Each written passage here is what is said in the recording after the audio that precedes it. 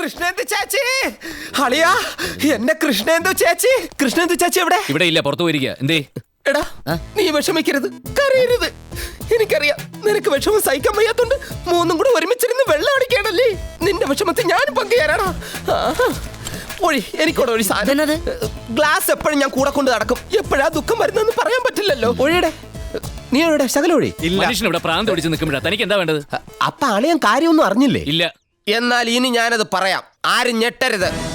ഈ ജോണിന്റെ ഭാര്യയെ പോലീസ് അറസ്റ്റ് ചെയ്ത് ജീപ്പിൽ കൊണ്ടുപോകണത് എന്റെ കണ്ണുകൊണ്ട് കണ്ടളിയാ. അത് മറ്റേ കേസിന് കേസ്. സത്യം, ഹോട്ടലിലെത്താൻ ഞാൻ വൈകി പോയടാ. ഇല്ലായിരുന്നെങ്കിൽ എന്നെ രമണിയും കൂടെ പോലീസ് പൊക്കിക്കൊണ്ട് പോയെന്നെ. വിശ്വസിക്കരുതടാ, ലോകത്തോരെ പെണ്ണിനെ വിശ്വസിക്കരുത്. വിശ്വസിച്ചാൽ അവളുമാരെ നമ്മളെ ചതിക്കും, അത് ഉറപ്പാ. നിനക്കറിയോ, കഴിഞ്ഞ 13 വർഷമായിട്ട് ആത്മാർത്ഥമായി സ്നേഹിച്ച പെണ്ണിനോട് ഞാൻ ചോദിച്ചു എന്നോടൊപ്പം ഇറങ്ങി വരാൻ പറ്റുമോന്ന്. ഓൺ ദ സ്പോട്ടിൽ ആ നായിന്റെ മോൾ എന്നോടൊപ്പം ഇറങ്ങി വന്നു കളഞ്ഞടേ. അമ്മയുടെ തന്നെ.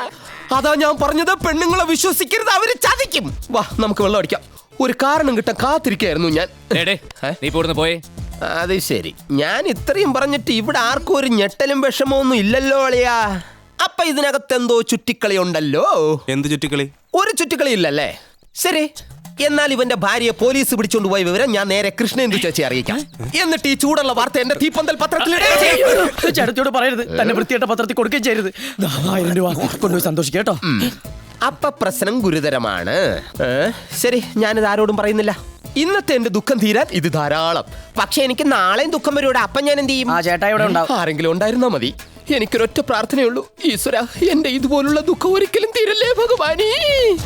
ചേട്ടായി ബ്ലാക്ക് മെയിലിംഗ് തുടങ്ങി, കാര്യങ്ങളൊക്കെ കൈവിട്ട് പോവാന്നേ. നീ ഒന്ന് സമാധാനമായിട്ടിരിക്കേ, ഞാനൊരു ഐഡിയ ഇലയ്ക്കും മുള്ളിനും കേടില്ലാത്ത രീതിയിൽ നിന്റെ കല്യാണം എങ്ങനെ നടത്താന്നുള്ളതിനെ കുറിച്ച് ഞാനൊന്ന് ചിന്തിച്ചോണ്ടിരിക്കുക. 1 മിനിറ്റ്.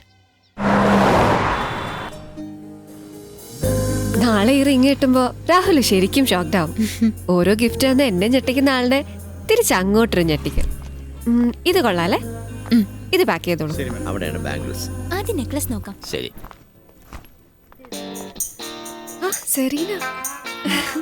ഹായ് ശ്രേയ. എത്ര നാളെ കണ്ടിട്ട്. പപ്പ, ഇത് ഞാൻ പറയാറുള്ള ശ്രേയ. ഹലോ. ഇത് കൃഷ്ണേന്ദു, എന്റെ ഫ്രണ്ടായി. ഇവള് കോളേജിൽ 2 വർഷം എന്റെ ജൂനിയർ ആയിരുന്നു. ഞാൻ ആർട്സ് ക്ലബ് സെക്രട്ടറി ആയിരുന്നപ്പോ ഇവളായിരുന്നു മാഗസിൻ എഡിറ്റർ.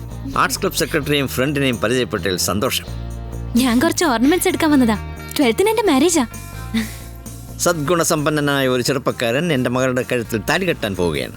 മിന്നുകെട്ട് ചർച്ചിൽ വെച്ച്, റിസപ്ഷൻ വൈകുന്നേരം ടൗൺ ഹാളിൽ. വഴിയിൽ വെച്ച് കണ്ടപ്പോ വിളിക്കാന്ന് കരുതരുത്, നീ വരണം. അല്ല, നിങ്ങൾ 2 പേരും വരണം. വഴിയിൽ വെച്ചാണെങ്കിൽ നീ വിളിച്ചല്ലോ, ഞങ്ങൾ 2 പേരും വരും. അല്ലേ കൃഷ്ണേന്ദു? പിന്നെ ഉറപ്പായിട്ടും വരും. അപ്പൊ ഞങ്ങൾ അങ്ങോട്ട് അല്പം ധൃതിയുണ്ട്. ശരി, അപ്പൊ റിസപ്ഷൻ കാണാം. Okay, by.